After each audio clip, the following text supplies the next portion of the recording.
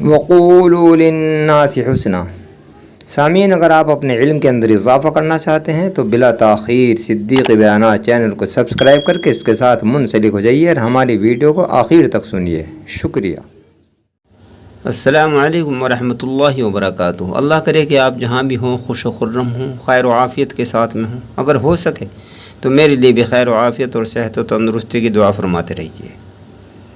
الحمدللہ الحمدللہ وکفا وسلام علی عبادہ الذین اصطفیٰ، اما بعد۔ سامعین، اسلام میں تقوی کی بہت ہی زیادہ اہمیت ہے۔ تقوی یعنی خشیت اللہ۔ قرآن کریم میں جگہ جگہ پر تقوی کی تاکید فرمائی گئی ہے۔ متقی خدا تعالیٰ کا خاص بندہ ہوتا ہے اور من جانب اللہ متقی کی ہر موقع پر غیبی نصرت اور مدد ہوتی ہے۔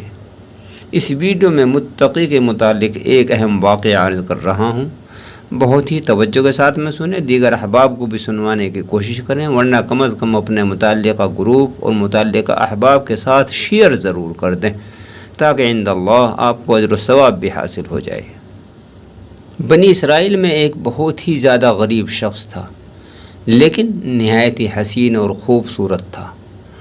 ٹوکریاں بنا کر فروخت کیا کرتا تھا، اپنا اور بیوی بچوں کا گزر بسر کر لیا کرتا تھا۔ حسب عادت ایک روز ٹوکریاں لے کر شہر میں نکلا۔ صبح سے شام تک گھومتا پھرتا رہا، لیکن ٹوکریاں فروخت نہیں ہوئی۔ شام کے وقت بادشاہ کے دروازے کے سامنے سے گزر رہا تھا۔ بیگم کی باندی دروازے پر کھڑی تھی۔ اس نے اس شخص سے کہا کہ ذرا آپ رکے، میں ابھی آتی ہوں، اور دوڑی ہوئی بیگم کے پاس پہنچی کہ دروازے پر ایک شخص اتنا حسین اور خوبصورت ہے کہ میں نے آج تک اس سے پہلے نہیں دیکھا، اور وہ ٹوکریاں فروخت کر رہا ہے۔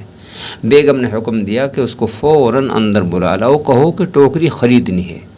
یہ شخص اپنی سادگی میں اندر چلا گیا۔ بیگم نے ادھر ادھر کی بات چیت کی اور کہا کہ میاں ٹوکریاں کیا بیچتے پھرتے ہو، بس ہمارے پاس رہو، ہمارے ساتھ رہو، تمہیں یہاں کچھ بھی نہیں کرنا پڑے گا اور اس مصیبت سے نجات پا جاؤ گے۔ یہ شخص کچھ نہ سمجھ سکا اور اپنی ٹوکریاں اٹھا کر واپس آنے لگا۔ بیگم نے کہا کہ محل کے سارے دروازے بند ہیں، کہاں جاؤ گے؟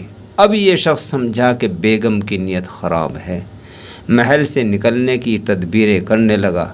انتھک کوششیں کی، بہانے بنائے، لیکن کیا کر سکتا تھا۔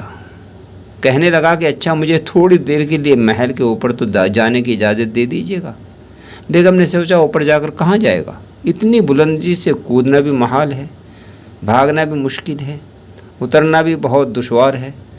اجازت دے دی۔ رسماً یہ شخص ایک لوٹا پانی لے کر اوپر پہنچا۔ وہاں پہنچ کر ادھر ادھر دیکھا کہ کوئی صورت نیچے اترنے کی بنتی ہے یا نہیں بنتی، لیکن مایوس ہو کر ایک کونے میں بیٹھ کر اپنے نفس سے باتیں کرنے لگا۔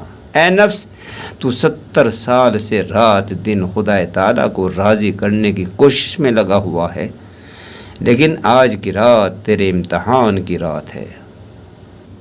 خبردار، اگر ذرا بھی کوتاہی کی تو خوب سمجھ لے کہ 70 سال کی محنت پر پانی پھر جائے گا۔ لذت اور مزہ تو ذرا سی دیر کا ہوگا، مگر آخرت کی سزا بہت لمبی ہوگی، اور تو آخرت میں اللہ کو منہ دکھانے کے قابل بھی نہ رہے گا۔ برابر اس طرح سے نفس کو ملامت کرتا رہا، یہاں تک کہ نفس کو اوپر سے کودنے پر تیار ہی کر لیا، آمادہ کر ہی لیا کہ زیادہ سے زیادہ کیا ہو سکتا ہے، موت ہی تو آ سکتی ہے، مگر قیامت کی روح سیاہی سے تو بچ جائے گا۔ انہی جذبات میں چھت کے اوپر سے چھلانگ لگا دی، ادھر یہ کودا، ادھر خدا تعالیٰ کا فرشتہ مدد کے لیے فوراً پہنچا اور شفیق اور مہربان باپ کی طرح گود میں لے کر نیچے اتار دیا۔ حواس باختہ دوڑتا ہوا سیدھا اپنے گھر پہنچا۔ بیوی نے جب یہ حال دیکھا تو گھبرا گئی۔ بیوی کو حالات سنائے، کہنے لگی کہ ٹوکریاں بھی بکی یا نہیں بکی؟ شوہر نے کہا وہ تو اسی کم وقت کے یہاں رہ گئی ہیں۔ عورت نے کہا کہ پھر آج ہم اور بچے کیا کھائیں گے؟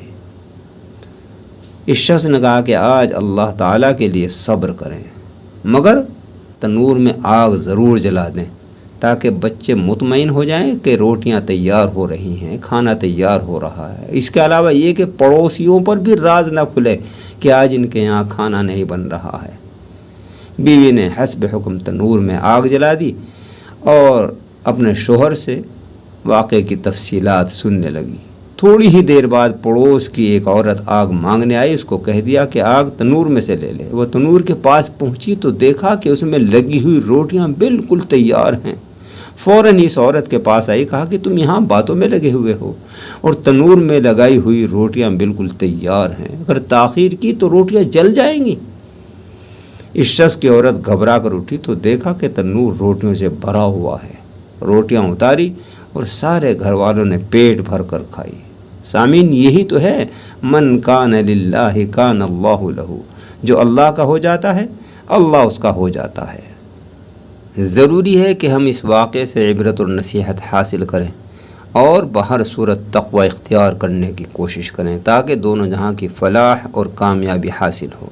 یا اللہ ہمیں توفیق عطا فرما، آمین یا رب العالمین۔ آخر میں یہ کہ اگر آج تک آپ میرے اس چینل صدیق بیانات سے منسلک نہیں ہوئے تو پہلی فرصت میں اسی وقت اس چینل کو سبسکرائب کر کے صدیقی بیانات سے منسلک ہو جائیں، جڑ جائیں اور ساتھ میں ظاہر ہونے والی گھنٹی کو بھی پریس کر دیں تاکہ میری طرف سے جاری کردہ ہر نئی ویڈیو کا نوٹیفیکیشن سب سے پہلے آپ کو دستیاب ہو اور آپ اسی طرح فیض یاب ہوتے رہیں۔ ویڈیو پسند آئی تو اس کو لائک کر دیں۔ جزاکم اللہ، وآخر دعوانا الحمد للہ رب العالمین۔